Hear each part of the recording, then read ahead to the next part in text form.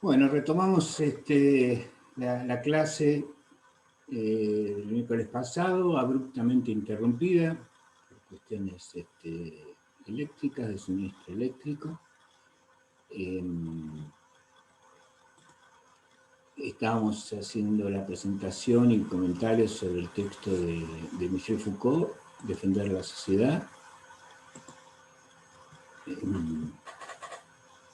Después nos reconectamos por teléfono y redondeé un poquito la presentación, como para que no esté tan cortado, pero voy a retomar un poco antes. Bueno, lo que plantea Foucault es una diferenciación entre lo que él denomina la genealogía de los saberes de lo que se denomina la historia de la ciencia. Así que se escucha mal. Bueno, a ver qué podemos hacer. ¿Ahí está mejor? ¿Se escucha bien? Ah, bueno.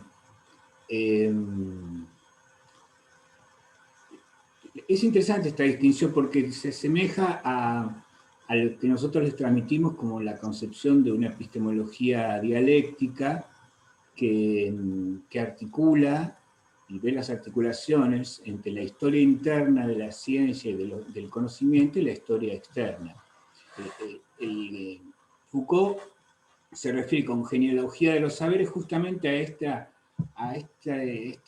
estos combates que surgen con intensidad, estos combates entre los saberes. La genealogía de los saberes es la descripción o la investigación de los combates entre los saberes, el resultado de los cuales resultan saberes hegemónicos, dominantes, y otros saberes subordinados, o saberes marginales, o saberes ninguneados, ¿no? Una dinámica, no es estático. Y en cambio, la historia de la ciencia, bueno, como su nombre indica, es una caracterización al interior del desarrollo de las ciencias y del conocimiento, en donde se considera que hay una especie de evolución, de progreso de la razón, progreso de los conocimientos. Un progreso de los conocimientos en dirección a la verdad, o sea, el eje de la historia de la ciencia, de la concepción de historia de la ciencia, lo caracteriza Foucault como conocimiento-verdad, o también en su progresión, el avance de la luz de la razón sobre las tinieblas o la sombra de la ignorancia, digamos, ¿no? Una cosa lineal, ¿no? Cada vez se sabe más, cada vez se conoce más, cada vez se desarrollan más las tecnologías de producción de conocimiento. Entonces, una mirada con una historia lineal del progreso de la razón, del progreso del conocimiento. Por eso habla justamente, la determina como iluminar, ¿no? Y entonces poder acceder a la verdad. Entonces, el eje es el conocimiento-verdad. En cambio, el eje alrededor del cual se mueve y se despliega la genealogía de los saberes es el eje discurso-poder. Saber-poder.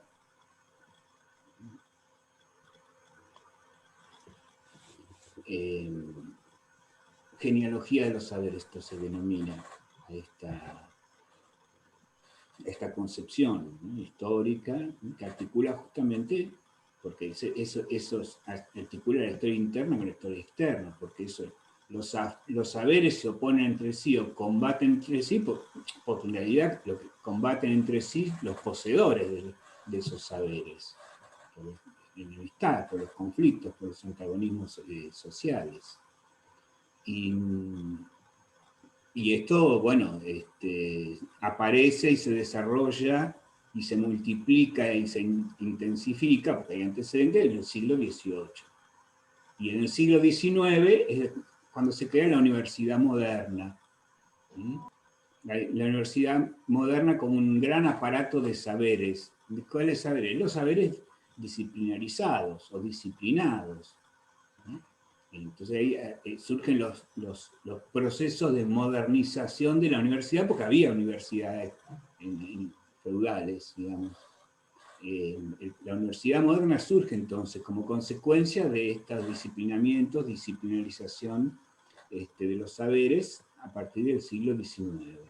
Y las características que van a tener las universidades modernas va a depender del proyecto de nación, de los respectivos proyectos de nación. Y como los proyectos de nación son diferentes según de qué nación se trata, y hay una breve mención de las naciones dominantes en plano, por lo menos occidental, de ese siglo en adelante, tienen entonces las características conforme a qué proyecto de nación sirven. Ahí se puede identificar la universidad moderna en Inglaterra, en Francia, en Alemania y en Estados Unidos. Porque cada uno de esos 4 países ha desarrollado o ha institucionalizado un modelo de país, un modelo de nación diferente. Entonces la universidad moderna se esculpió, se matrizó, se configuró de acuerdo a la funcionalidad de llevar adelante el proyecto de nación. Y esos diferentes tipos de universidades configuraron también diferentes concepciones sobre la ciencia, sobre el método, sobre el origen de la ciencia, el alcance, la utilidad de la ciencia.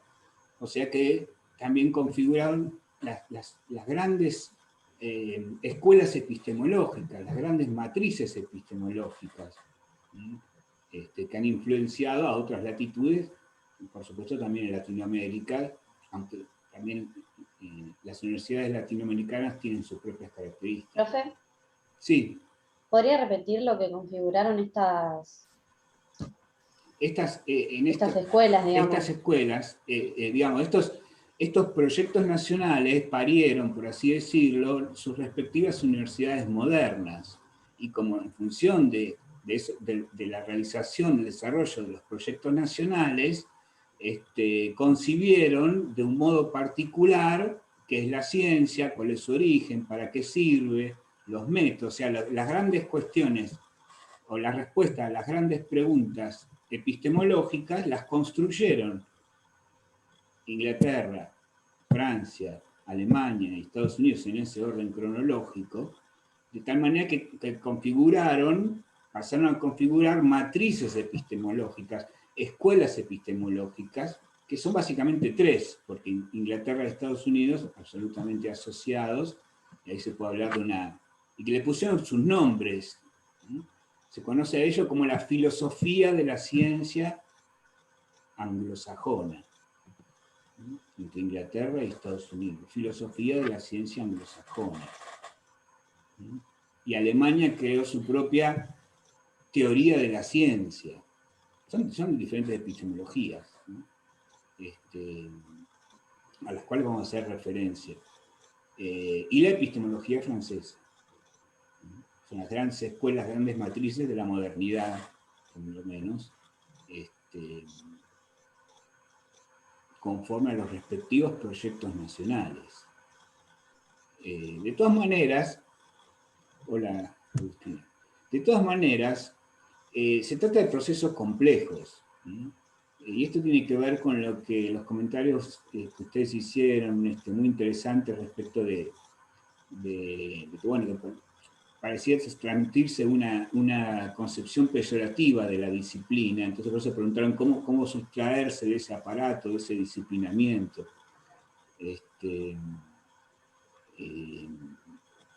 Se trata de procesos complejos. O sea, las universidades no son meros reflejos de fuerzas y estructuras externas, pero las universidades tampoco son sedes de un saber abstracto y especulativo, sino que están atravesadas por los acontecimientos y los procesos, las transformaciones políticas, sociales, jurídicas, económicas. Y si bien la universidad o las universidades están de alguna manera controladas por las clases dominantes, también reciben el influjo y la presión transformadora de clases subordinadas o subalternas. Y esa es la complejidad de esos procesos. Sí, esto es la idea de que se transmitía como algo malo el disciplinamiento. Y eso explica, digamos, las universidades están atravesadas por contradicciones, las mismas contradicciones del seno de las sociedades que las cobijan. Hay una interrelación. Y eso explica que la universidad o las universidades han podido ser sede de lo más oscurantista, de lo más conservador, de lo más reaccionario, de tendencias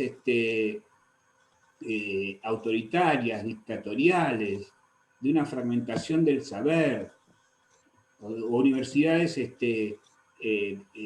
profesionalistas liberales. Pero las universidades también han sido y son sede de la innovación, de la racionalidad, de la articulación, de la crítica a los poderes instituidos, han sido sede de movimientos emancipatorios, incluso revolucionarios, y también expresan, digamos, la idea de universidad pública, democrática e inclusiva. Encontramos esas contradicciones en las universidades. Entonces, de eso se trata, de ver la complejidad de esos procesos, que también se trata de una lucha, ahí también, de los saberes. Disciplinarizados, hechos disciplinas, pero eso no implica la determinación necesariamente de su contenido, de un contenido peyorativo o necesariamente al servicio de la reproducción de un mundo desigual e injusto o de la acumulación del poder de las clases dominantes. Tiene que ver la complejidad y el atravesamiento de las universidades respecto de los conflictos, las contradicciones, los antagonismos de la sociedad respectiva.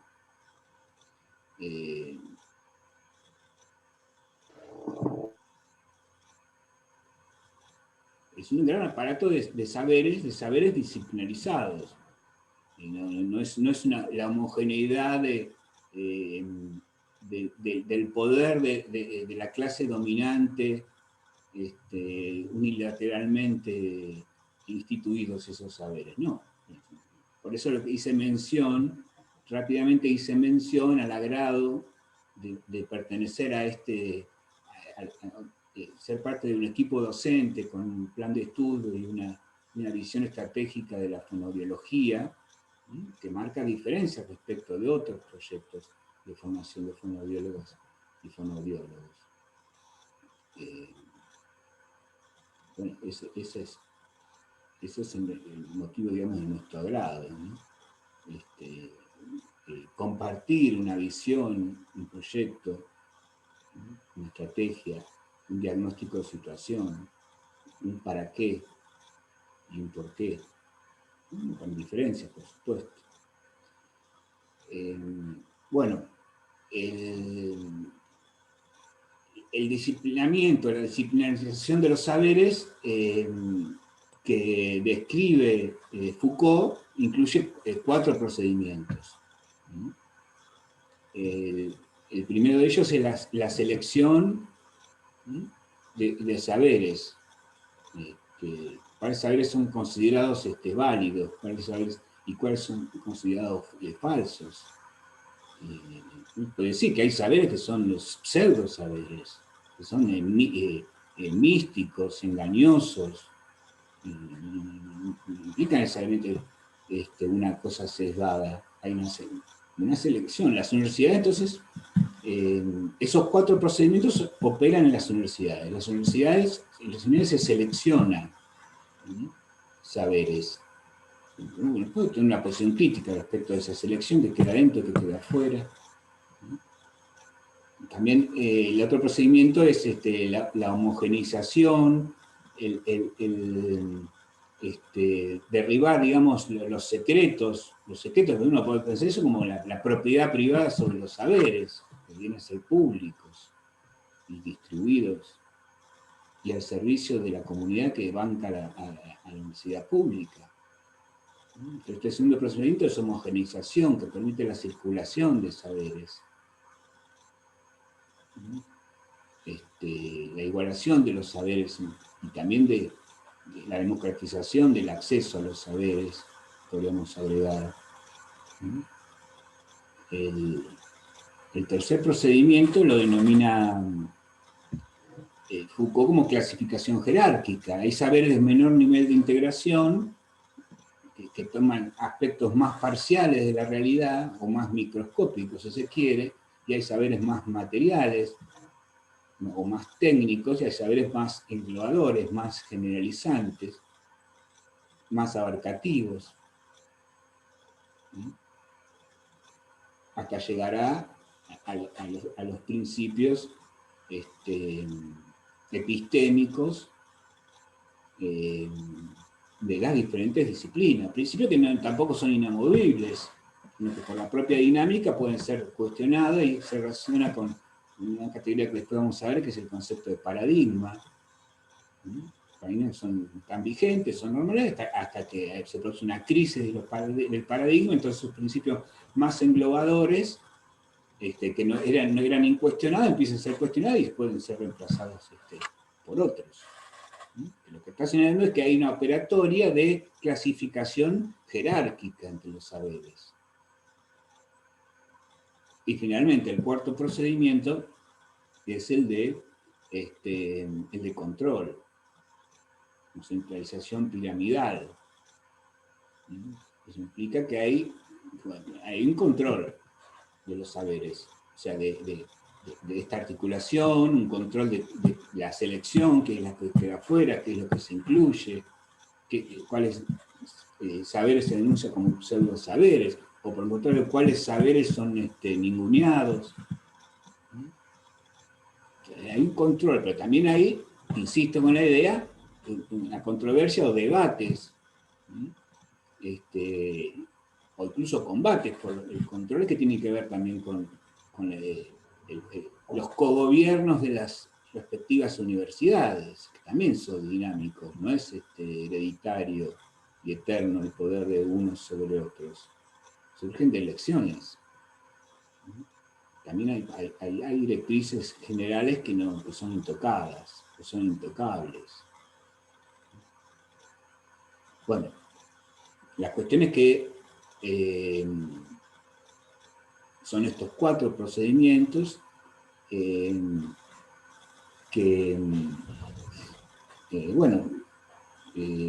si los escucharía, si se quiere, podemos hacer ahora un intercambio, un diálogo, a ver si hay dudas o comentarios sobre estos procedimientos, sobre la disciplinarización de los saberes y sobre la emergencia, consolidación y desarrollo de la universidad moderna.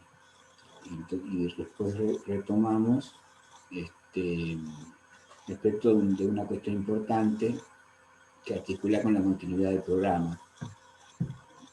Yo tengo una consulta, profesor. Dale.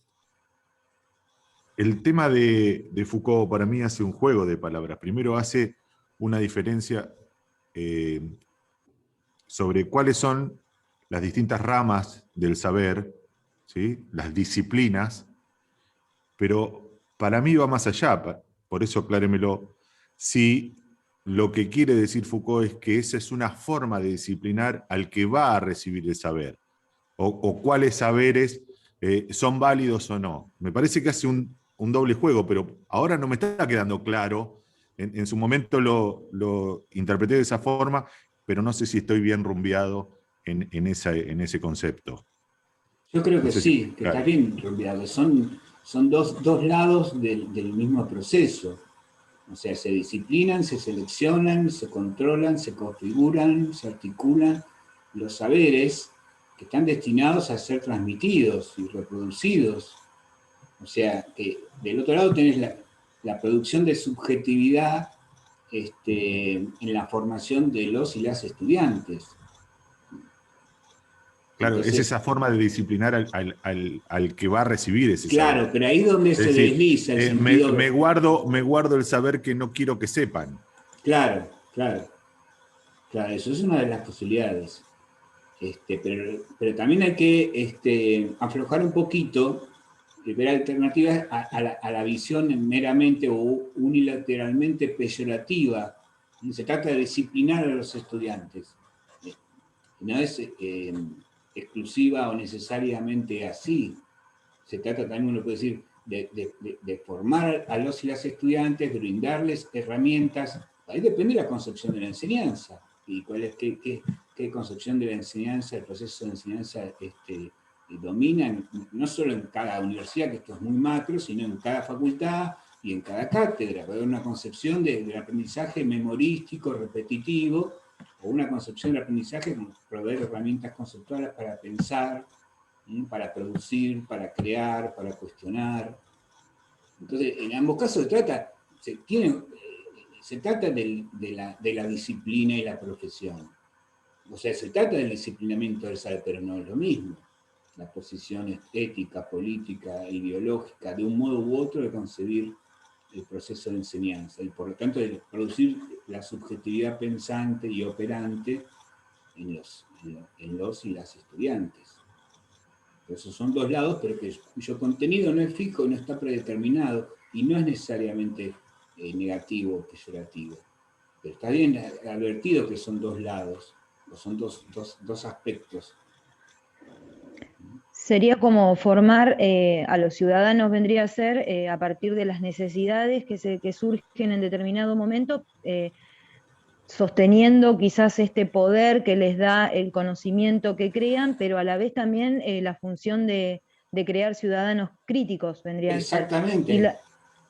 Y la pregunta mía sería si acá se involucra esto cuando usted habla de debates, de lo instituido y lo instituyente, o sea, de eso que está establecido y que llega desde esas clases, o sea, está la clase dominante, el venir a cambiar, ¿eso sería instituido e instituyente? Sí, son procesos instituidos, no estáticos y definidos de una vez y para siempre. Y es complejidad, ¿no? Que no hay que reducirla al dominio parejo, monolítico y definitivo de unos sobre otros. Y ahí depende mucho también de lo que haga toda la población, digo. Porque Claro. si uno no hace nada y al poder le conviene que cierta información no se dé, ¿y para qué va a dar la información? Si va a la par de su continuidad y de su reproducción como estado de poder. Sí. Retomamos ahora, queda menos de un minuto, así no queda cortado. Sí, igual el poder no es tan monolítico, hay una lucha por el poder, pero hay dominancia, indudablemente, por eso el mundo está como está y se reproduce como está.